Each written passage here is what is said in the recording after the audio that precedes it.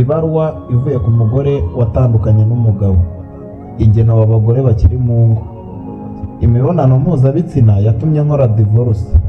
Bagore bakiri mu ngo, ndifuza gusangiza inkuru yanjye nk'igihamya ku bagore bose bari mu rugendo rwera rwo kubaka urugo.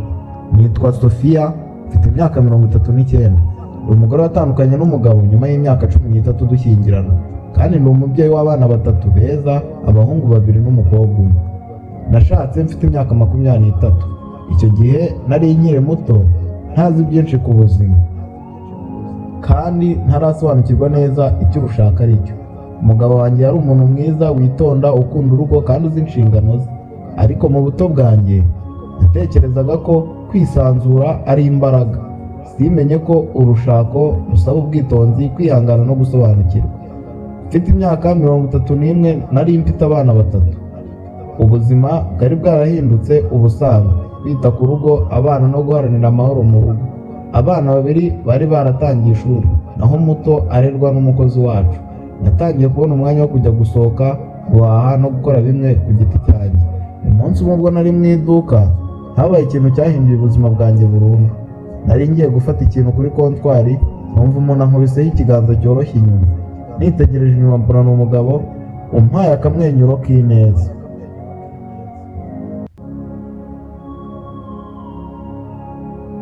Yaramvugishije mu bwubahane, turaganira gake. Yari afite ubwitonzi, avuga neza kandi agaragara nk'ufite icyizere mu buzima. Toje guhaha yansabye ko ari we wishyura ibyo naguze, ndetse arantwaza ngeza ku modoka. Iryo joro ryose numvaga nkunze kwibuka uburyo yitwaye, uburyo yandebye n'uburyo yanyitayeho. Numvaga yongeye kumpa ibyishimo nari naratakaje mu rugo. Nyuma y'iminsi 2 yanyoherereje ubutumwa ambaza niba twasangira ikawa. Narabyemeye ntazuyaje. Twaganiriye amasaha menshi, yaranyitayeho, anyumva kandi avuga buri jambo umugore wese wumva ari wenyine yakwifuza kumva. Yansabye ko twajya ahantu hitaruye tugakomeza kuganira.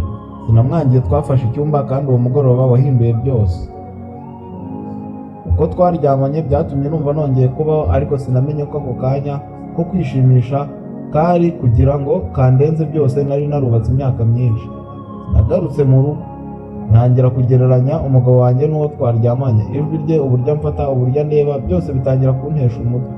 Ntabwo nari nkibona umugabo wanjye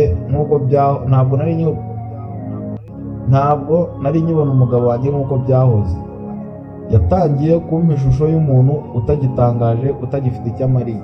Natangiye kumwanga buhoro buhoro, ndamwirinda ndetse ntangira kumwima imibonano. Numvaga ko wa wundi ari we nkeneye mu by'ukuri. Iryo banga ry'urukundo ryakomeje kugeza igihe uwo mugabo ansabye gusiga umugabo wanjye kugira ngo dutangire ubuzima bushya.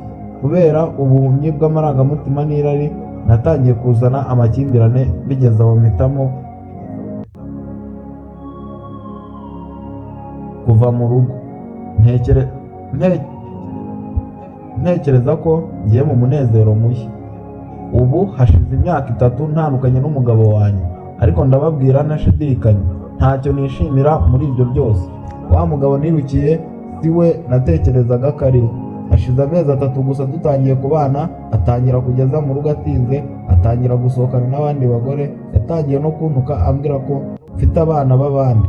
Wa muntu wigeze kumfasha ko nkundwa yatangiye kunyereka ko nta gaciro mfite. Narababaye cyane kubera icyemezo nawe. Atangira gusohokana n'abandi bagore, yatangiye no kuntuka ambwira ko mfite abana b'abandi.